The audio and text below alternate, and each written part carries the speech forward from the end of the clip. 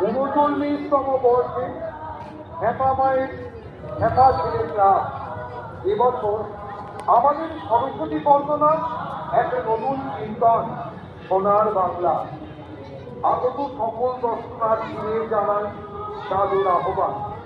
1927 সালে সাতপুর রাজীব গান্ধী মোড়ে এই হেপা মায়ের হেপা ছেলে